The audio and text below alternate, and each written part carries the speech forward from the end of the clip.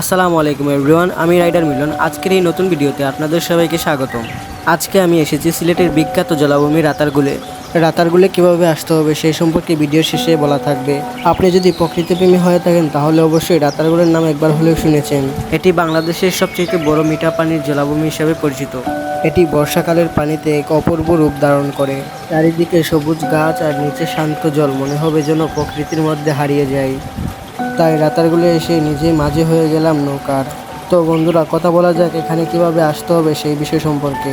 রাতারগুলে আসতে হলে আপনাকে বাংলাদেশের যে কোনো প্রান্ত হতে সিলেটের আম্বরখানায় আসতে হবে।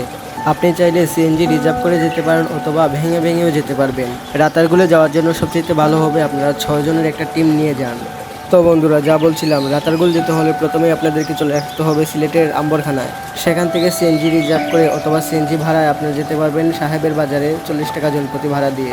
সাহেবের বাজার হতে জনপ্রতি মাত্র 25 টাকা ভাড়া দিয়ে আপনারা চলে যেতে পারবেন রাতারগুলের একদম মেইন স্পটে, যেখান থেকে আপনারা নৌকা ভাড়া নিতে পারবেন।